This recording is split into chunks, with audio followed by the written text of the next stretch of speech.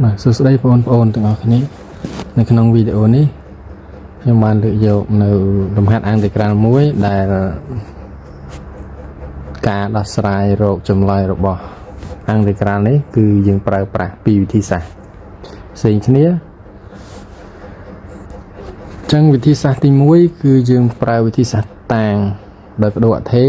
ហើយវិធីសាស្ត្រទី2គឺយើងអត់ចាំបាច់ប្រើវិធីសាស្ត្របដូរអថេទេយើងប្រើរូបមន្តដើម្បីគណនាអន្តរក្រនេះ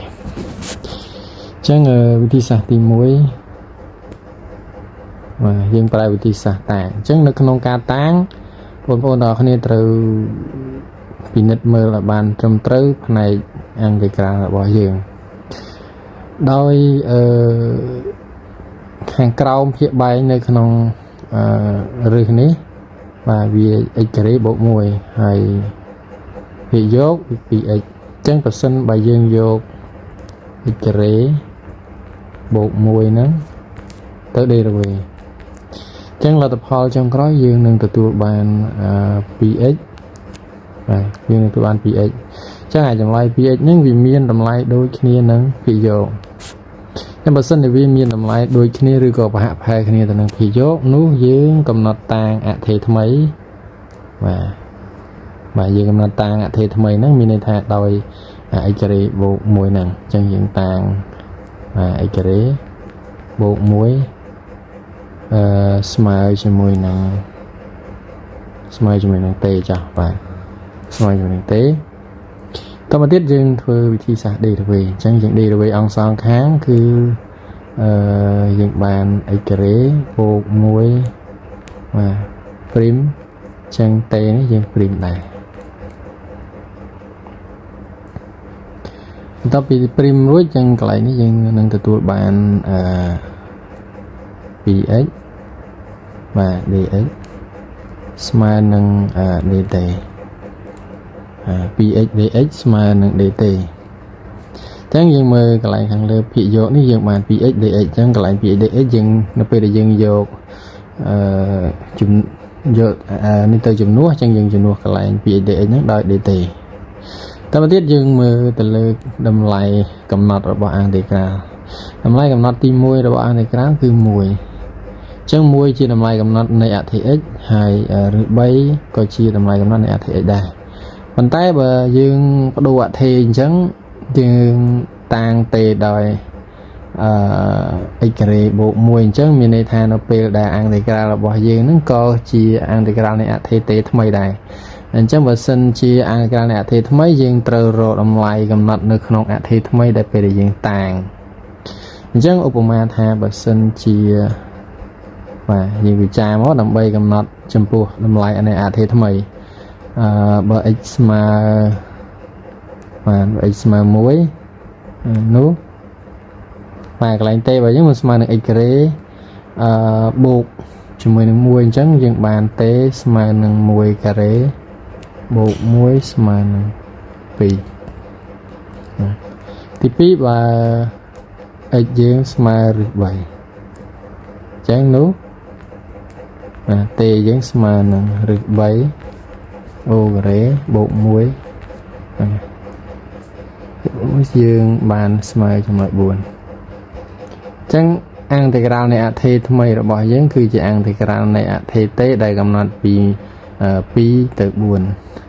តមកទៀតនៅពេលដែលយើងតាងហើយយើងកំណត់រួចយើងយកអាតម្លៃដែលយើងតាងនិងកំណត់យកទៅចំនួននៅក្នុងអន្តរក្រចាស់របស់យើងនោះយើងទទួលបានបាទអន្តរក្រចាស់របស់យើងដែលកំណត់ពី1ទៅឬ3នៃ 2x លើឬ x ការ៉េ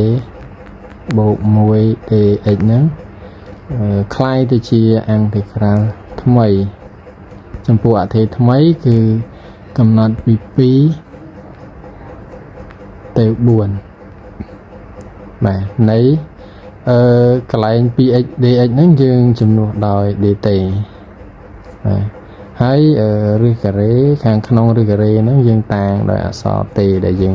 កំណត់វាខាងដើមហ្នឹងយើងបានតេអញ្ចឹងនៅពេលដែលយើងបដូរអធិរួចអញ្ចឹងអន្តរក្ររបស់យើងគឺវាចូលរូបមន្ត ស្រេចអញ្ចឹងយើងបានចម្លើយវាស្មើនឹង2ឬបាទឬទេដែលកំណត់ពី2ទៅ4តើមកយើងយកតម្លៃកំណត់ហ្នឹងចំនួនចូលនៅក្នុងនេះរបស់យើងអញ្ចឹងយើងបាន2បាទគុណនឹងឬ4ដកនឹងចូល2ជួសចូលយើងបាន2ឬ2ជាងសម្រួលលទ្ធផល4បញ្ចេញបាន2គុណបាន4ដក2ឬ2បាទនេះគឺជាលទ្ធផលនៃការគណនាអង្គក្រៅកំណត់របស់យើងដោយប្រើវិធីសាស្ត្របដូរអថេរ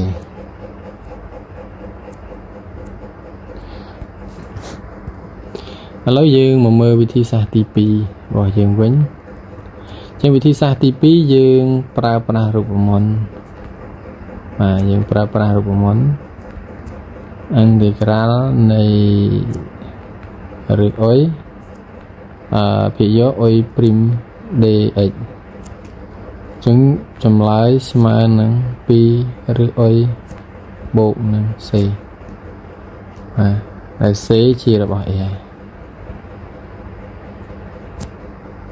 បាទនេះជារូបមន្តដែលយើងត្រូវប្រើប្រាស់នៅក្នុងការគណនាអង្គក្រៅចំពោះវិធីសាស្ត្រទី2របស់យើងឥឡូវយើងមកមើលចំពោះរូបមន្តនៅក្នុងការគណនាអង្គក្រៅនេះវិញគឺ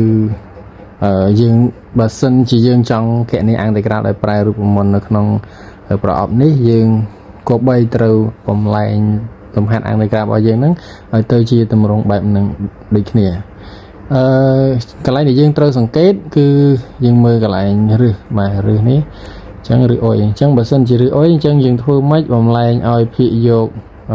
កនៃប្រភេទហ្នឹងខាងលើហ្នឹងភាគយកហ្នឹងគឺទៅជាអុយព្រីមហើយបើសិនជាយើងបំលែងបានអញ្ចឹងចម្លើយរបស់វាស្មើនឹង2ឬអុយបូកនឹង c តែម្ដងឥឡូវយើងមើលលំហាត់របស់យើងអញ្ចឹងយើងពិនិត្យមើលកន្លែងនេះកន្លែងភាគបែងចំពោះx ការ៉េបូក1បើយើងយកដូចគ្នាដែរនៅវិធីសាស្ត្រទី1ខាងលើបើយើងយក x ការ៉េហ្នឹងទៅបូក1ហ្នឹងទៅ derivative អញ្ចឹងនោះយើងប្រកាសជាបានចម្លើយ 2x បាទហើយ 2x ហ្នឹងមានតម្លៃដូចនឹងភាគយកអញ្ចឹងបើសិនជា 2x ហ្នឹងមានតម្លៃដូចភាគយកមានន័យថាយើងអាចយក 2x ហ្នឹងសរសេរទៅជា derivative នៃ x ការ៉េបូក1បានអញ្ចឹងបើសិនជាយើងសរសេរទៅជា derivative នៃ x ការ៉េបូក1អញ្ចឹងx ការ៉េបូក1ហ្នឹងវាដូចទៅនឹងកន្សោមរឹសខាងក្នុងរឹសនៃភាគបែងហ្នឹងអញ្ចឹងអានេះយើងអាចសរសេរទៅបានទៅជាអង្គក្រៅកំណត់ពី1ទៅរឹស3នៃភាគបែងយើងដាក់ដដែលចំណែកភាគយកកន្លែង 2x នេះយើងចំនួនដោយ x ការ៉េបូក1ព្រីម dx បាទអញ្ចឹងយើងសង្កេតមើលឃើញដូចគ្នាអានេះ x ការ៉េបូក1ខាងលើ x ការ៉េបូក1ព្រីមអញ្ចឹងអាក្រោមរឹសអាខាងលើ derivative អញ្ចឹងចម្លើយវាយើងបាន2រឹសនៃ x ការ៉េបូក1ដែលកំណត់ពី1ទៅរឹស3តើមកយើងយកអាតម្លៃកំណត់ហ្នឹងយកជួសធម្មតាមកយើងបាន2រឹស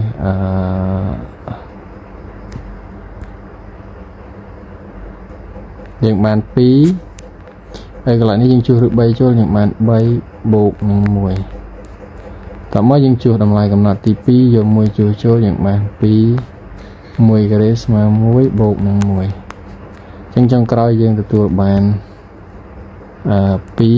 ឬ4ដកនេះ2ឬ2អញ្ចឹង4បញ្ចេញពីរឹសបាន2គុណនឹង2ខាងមុខឬបាន4ដក2ឬ2ហើយចម្លើយទាំងពីរគឺ